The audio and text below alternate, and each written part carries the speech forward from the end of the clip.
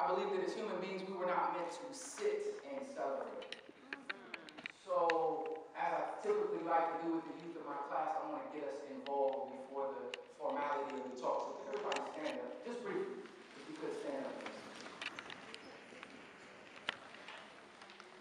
I'm going to take this time, and I hope Senator Miller will allow me the leverage of practicing with you the opening of a song that I'm preparing for our Father's Day celebration, and I believe it's Many More Park on Father's Day.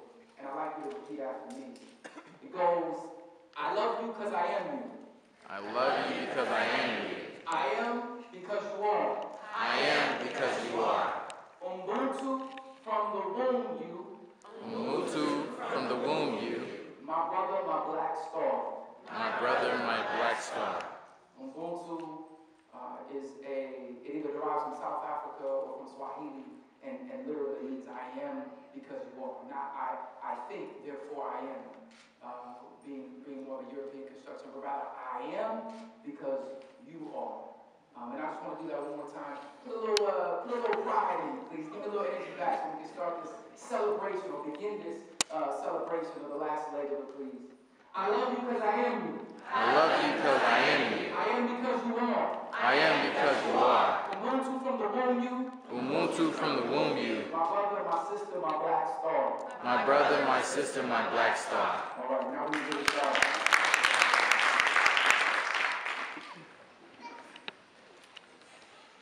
Another quick question. After hearing all of this, Senator Miller, I just want to know, as a graduate of Cycle 3, is it okay that we take the class again?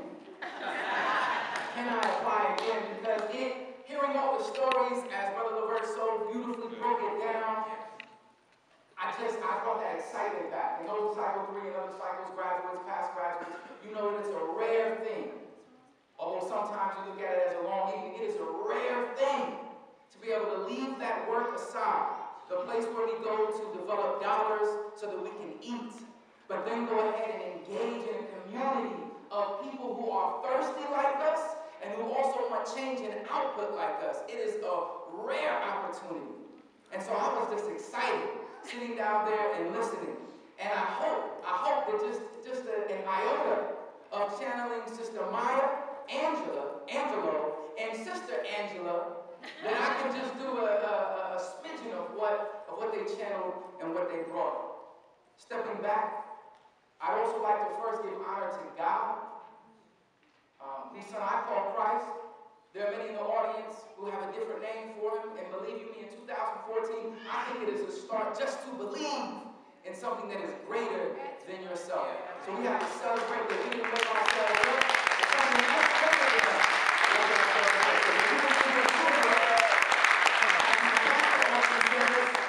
Go ahead and take an alarm clock over to the cemetery, set it, and see who gets up when the alarm clock goes off. That it is not us who wake ourselves up, it is not the alarm clock, but it is the Supreme Creator. And as long as we can keep that in perspective, all these problems seem a little bit more doable, a little bit more manageable. After giving that thanks, I also want to thank all the folk who have touched mic here tonight before myself. I also want to give a special shout out and congratulations again to the graduates. You are amazing young folk. I've been able to develop a relationship with a few of you, and I am inspired and eager to do some work with you, to get down in the trenches, wherever those might be.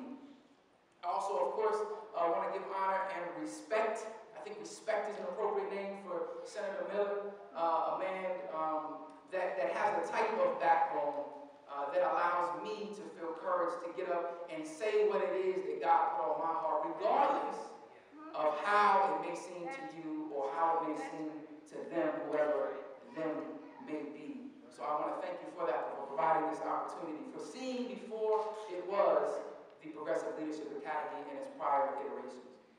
I want to say this as an educator, as a teacher, that is not necessarily how I come tonight, or rather I don't come in the popular form of educator or teacher, because educators, in the popular sense, they simply deliver facts. If you're familiar with Paulo Freire, he talks about the banking mind, in which literally your minds are simply banks, that literally they can be cut into, and that literally just things can be deposited and then you will be asked to regurgitate deposit them and to make withdrawals from those later. But I come to you tonight in the true sense of the word education, which means to lead out of, right, from its Latin origin. And I come to you in that sense because oftentimes we are confused about what education is. And working with other educators and being in charge of trying to develop other educators, the main point is not to teach facts, because we can read books and get facts. You can read books and get facts. But it's about changing how we think about ourselves. And most importantly, it is trying to develop our analytical process. It is inspiring us to do the things and learn the things that we would otherwise think silly or not worthy of our time to do. I'm going to begin, I've said I'm going to begin several times. I guess it's all the beginning. It's okay, preacher. I'll begin, I guess, the formal, the written remarks that I prepared by sharing a story. And as soon as I was given the title, A Celebration of Us, and I really wanted to stay focused on that, because not only is the title appropriate, but it's also appropriate for me personally, but it's also appropriate for these times. I was immediately reminded of my mentor in high school. His name is Craig Comedy, who runs Umadal. And Craig Comedy taught me many things. And one of the things that he was fond of doing, just like Senator Miller, is he's fond of breaking things down how they really are. And I don't remember what the accomplishment was, but there was something that happened when I was in high school. It was a first black accomplishment. One of those things that they put it on the news and people clap and they celebrate. And at that time, I was into that. I don't remember what it might have been it wasn't a Supreme Court nominee. I don't know that I've been excited about our first African-American, or rather our second, while I was alive, rather. But it was some first. It was some first, and I was excited, and I shared it. You know, you want to share with your mentor. You say, hey, look, I'm excited about this. What do you think? And his response is not what I thought it would be. He did not share the enthusiasm that I brought to him. He said, And he had that smirk that Mr. Comedy often has when he has something that you don't quite know, and he doesn't want to belittle you for not knowing. He wants to develop you in it. So he had that smirk. And Mr. Comedy said, well, that's the view that a lot of people in this age have, that somehow we have arrived as black people. That because we have these firsts, and we didn't have Obama, it's been added to us, and certainly we celebrate that. But because we have so many firsts and so many categories, we think we have arrived. And of course we have to celebrate how far we've come, but if you think about it in terms of how far we've come from a slave ship, then yeah, we've come far, but if you look before the slave ship, then no, as he told me, as my name was then, no, Rob, I can't celebrate that accomplishment. We've not come that far. He said, and I quote, and I remember it to this day because it devastated me in the moment, black people are in the worst position that we have ever been in these United States of America. And I was in high school from 97 to 2001. And I couldn't understand at the time, but I knew enough to know that there was some wisdom in the words he said, and although I didn't understand it in the moment, that if I lived longer and I invested longer, that soon I would begin to understand what he was talking about. That we are in the worst times that we have been since we reached these shores. And he went on. He went on to talk about how slavery in its formal sense did not end, but rather just changed form. He went on to tell me about the labor laws and the fact that if you did not have a job, although you were not allowed to have a job after formal slavery ended in 1865, that was a crime, and then you could be reconvicted, readmitted to the prisons, and then forced in labor. If you read the amendments 13, 14, and 15, 13 says the abolishment of slavery except, everybody say except. That's a major exception, except if you are a prisoner. So if we put you back in prison, then we can force you into labor. Except, that's a major exception, and it exists today. We now imprisoning immigrants who aren't even citizens in this country, and then forcing even them to work in some of the detentions. But he went on to talk about the prisons. Then he talked about black flight. Now some of you, black flight, what you mean, white flight, brother? No. You can't blame folk if they don't want to live in deplorable situations. You can't blame folk if they don't want to stay confined in the shackles of what society gave them at the time. And I understand that. And there is truth and validity to that.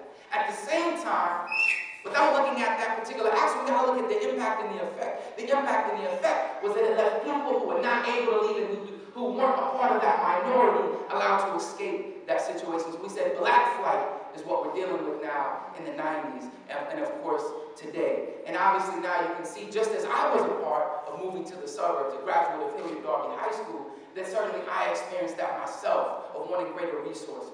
But what happened to those folk who could not leave, who didn't have access to different educational outcomes and structures? He went on to talk about how in his generation, college and access was growing leaps and bounds. All kinds of federal dollars flowing in. But he said, Rob, you better apply to all the schools you can get into now, because I promise you, they are cutting that funding. They are cutting, they are cutting, they are cutting, they are cutting. And all these things we celebrate, soon we might not be able to celebrate them as much. He went on to talk about the state of police brutality. And of course, at the time in Columbus, because relatively, if you look at other cities and their situation with police brutality and high homicides, according to cops and citizens, then you would think this is a relatively peaceful place to be, but you got to look at the larger surrounding and see where your brothers and sisters are and how they are murdered with impunity all around you. He went on to talk about the recolonization of Africa, and I had no idea what he was talking about. I said, all right, I'm going to really listen on this one. Recolonization, I don't even know what colonization is of Africa. He's talking about recolonization. He's talking about, again, just how slavery never ended. Colonization never ended. It just changed forms. In the form of international aid tied to restructuring how your economy is so that you will forever be an economy that develops goods that will never put you above anybody else. He said, most of all, Rob, we're dealing with the historic devastation of lack of unity in the black community. And obviously in high school you have no parameter, you have no gauge to understand that. But having just a little bit of years beyond high school now, I understand what he said and why he made those statements then. Now it seems that by starting the former remarks, that this would be a sort of, as I put it in my notes, I said, I might hit a heavier heart with the dose of wake up and smell the oppression. But I give that context because the context is always, and sometimes even more important than the message or the delivery. Because the context is this. One of my favorite rappers, beyond favorite, one of the most skilled and I think sacrificial rappers according to what he can make versus what he chooses to put out. Mos Def. He says that we're involved in the beautiful struggle. He says we're involved in the beautiful struggle. We cannot ignore that it is a struggle. But if we do not recognize it as a beautiful struggle, we are likely to make decisions that will either increase our hurt and struggle or either ignore it and leave it to somebody else. And then you have to jump to Kweli. Of course, if you start with Mos, you have to jump to Talib Kweli. If there's any hip-hop lovers in the crowd, of course, you understand the role that Kweli is playing, or has played, I should say, in the landscape of hip-hop.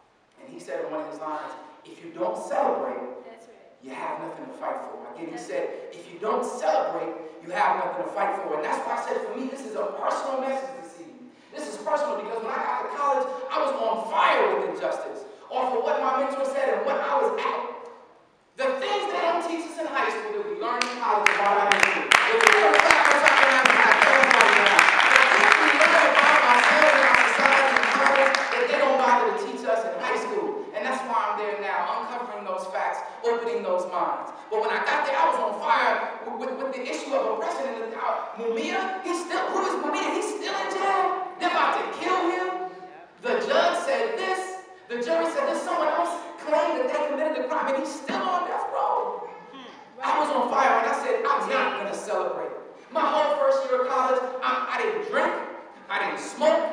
I didn't party. I didn't go anywhere. I was in the library when there was a celebration. I was in my dorm room. I was studying because I said, there's too much oppression. There's too much injustice. I have to stay so militant and so narrow in my focus.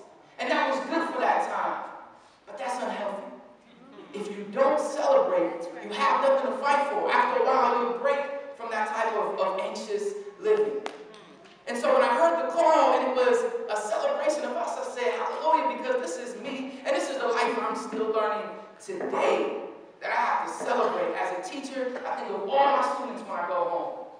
I think of all, particularly the young men, because that's who I work with the most.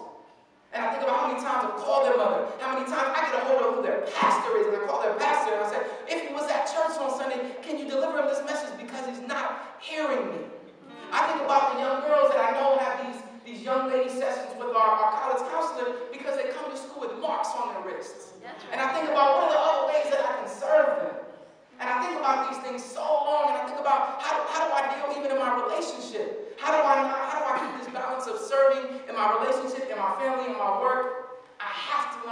to take a step back and have to learn to celebrate, or else what am I fighting for? We are here to celebrate. We are here to celebrate. And we have historical context to celebrate. If you don't like all the historical reference, I can't even say I'm sorry, but I think in history. Some people think it money, some people, how can I make that dollar? And as long as you give it back to the cause, no problem with that, right? Some people think in terms of music. All they see in here is music. I think in terms of history. So when given this task, I said, what historical mandate do we have to celebrate, even when it seemed like there was nothing to fight for? Even though in some terms we may be in the worst case that we've ever found ourselves since we touched this shore, even amidst slavery, And we're given historical precedent. Even the Black Panthers. And anybody who's ever heard speeches and saw how they talk, but I saw how they talk about how they walked in the face of such oppression. There were no battle brothers on the scene and no battle sisters on the scene at the time. But guess what? In my research, I found that they even had fundraising parties with Hollywood stars. They might be on the stage, fist pumping, shotgun across their chest one day, but the next day, they were out there celebrating, they were out there fundraising because they knew that was necessary to keep that balance. And I'm nowhere near where they were in terms of my courage and in terms of stepping out. So I have to say, if they were able to celebrate, where am I? We have even further precedent. I was watching the History Channel about 2 weeks ago. It was talking about, and I'm forgetting the name, but it was talking about a concentration camp in Europe, right? During the Nazi era. And they said that there were even some of our Jewish brothers and sisters that even while the smoke was rising from the annihilation of their family members, they snuck behind the backs of the SS guards to sneak dances to keep their souls intact.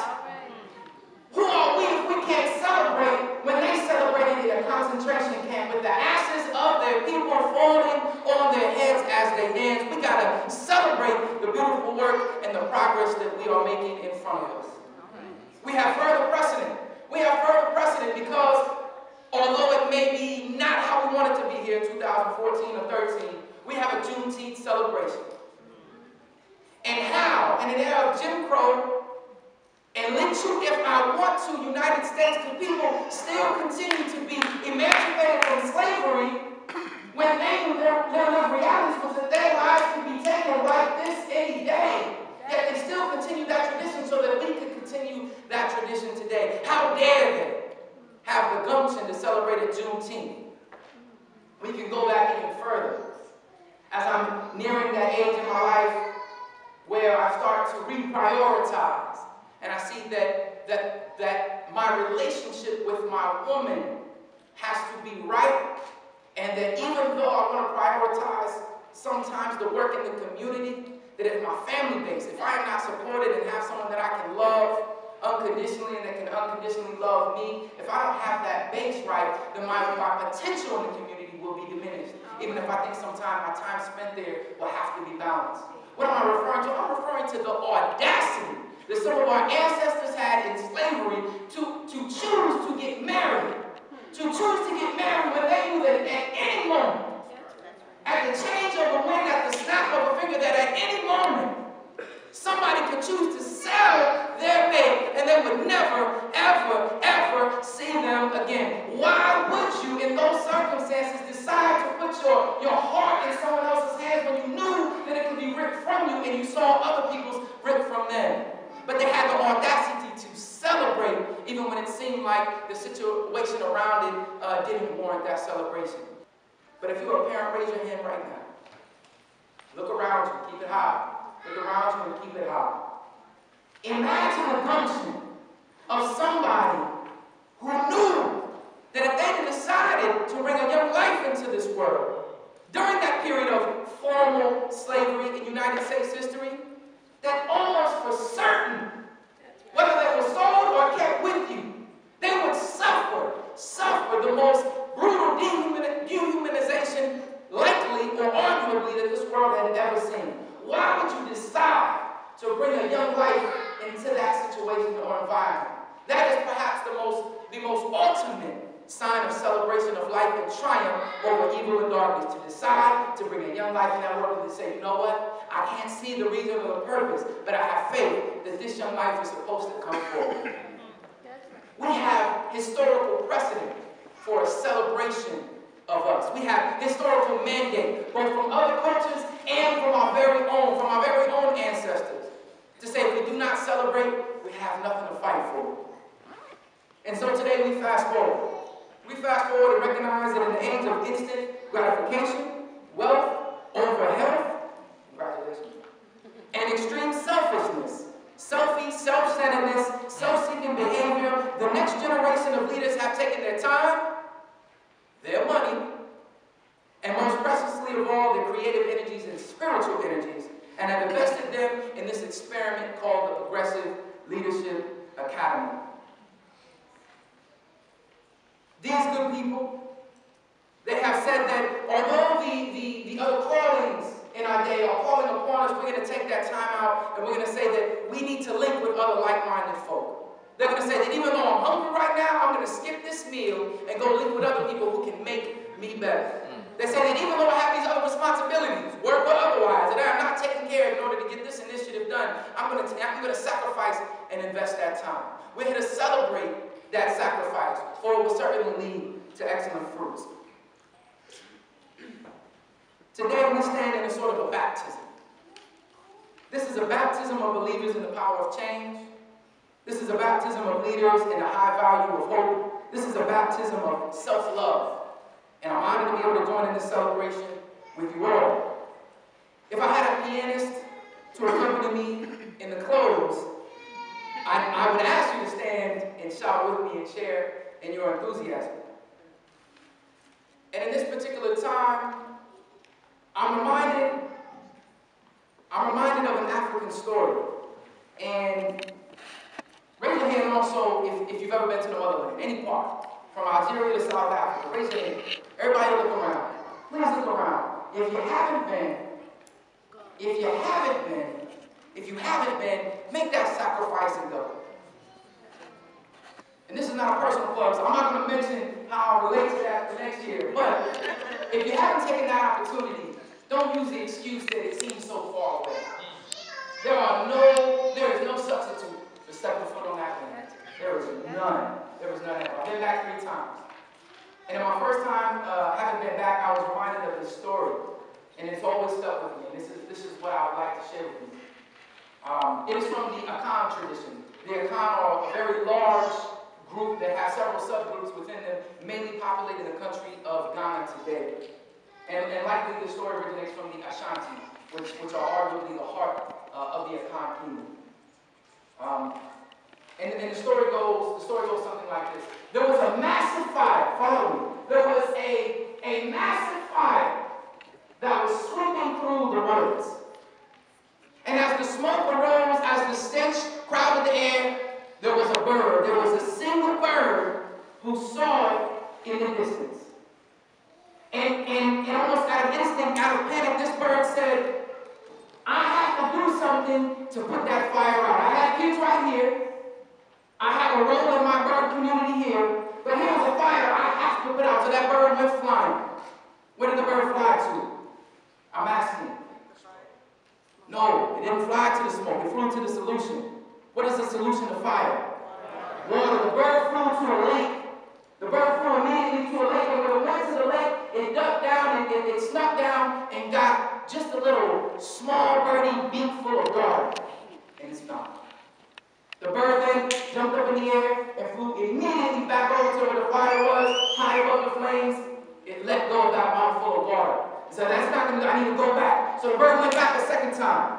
The bird went back to the lake, got a little bit of that water, put it in its mouth, and went back to the fire. And the bird kept going, and frantic, back and forth, back and forth, back and forth. And after a while, the bird started to look down below and noticed something. The bird looked down, and it noticed that there was a rhino in the lake, resting and bathing in the sun and in the mud, while it was frantically trying to put out that fire. The rhino did nothing, even though the rhino could see that there was a fire blazing through the environment that those animals needed to survive in. The bird flew on further. And then the bird The bird was greeted with the cheetah, greeted with the sounds of a cheetah playing with the other cheetahs in the field. And the bird looked down and said, this cheetah could run and tell all the other animals and organize that they could play a crucial role in putting out this fire that will certainly destroy us all. And he thought about stopping and trying to get other people to join another, but he said, it's not my work. I have this beak, I can get this water, I will use what I have and put out this fire. The bird suddenly realized again that that rhino that was back there, that rhino has the power to go and knock down a whole lane of trees. And if anyone's ever been to a state park or driven on a highway, you look to the right, you see all those trees. Oftentimes you will see that there is a lane of trees missing. And I can remember asking my mom, what happened to those trees? It's a perfect lane of trees that are missing. And they're there because if there's a fire on one side, it will not be able to spread its flames to the other side, thus saving enough of the ecosystem and environment. That rhino, with its power, with its tons of power, could have knocked down a lane of trees and stopped that fire from advancing, but it did not. The bird flew on further. The bird flew on further and saw that there was a congregation of ants, hundreds, perhaps thousands of ants. And anyone that's ever seen National Geographic knows the power of a collective of ants and what they can do to a tree. They could have put all the foliage down and stop that fire from advancing. But the bird didn't stop. The bird made trip after trip after trip after trip. And this is what I am saying to you. This is the relevance to you, graduates. You all the birds, and like that bird, our situation is that our community is ablaze. Our community is ablaze, not only with addiction, not only with internal things, but we are ablaze with externals. Our community is on fire. We are suffering left and right. And yes, even amidst that circumstance, we, like that bird, need to do what God gave us the power to do. If it's just a beak full of water, take your beak full of water and do the job that you can do. Be that bird. Regardless of the other folk in our community who stand on corners and use excuses for the situations that they are, you have to be that bird. Regardless of other folk in our community who decide to leave and ignore the situations that they came from, you have to be that bird, and we celebrate you. Regardless of others, even in our family who are naysayers, who say that, why are you only having that small mouthful of water when there's this big fire out here? You might as well go and do something else that's worthy of your time and let this thing burn. You are the birds. And so all of us are here tonight with the audacity to celebrate your will, your potential, your faith, and eventually the fires that you will put out for us. We celebrate you. We love you. We respect you. We lift you up. And we certainly expect much from you. God bless you, each graduate. We will hold you accountable, and we will do it in love.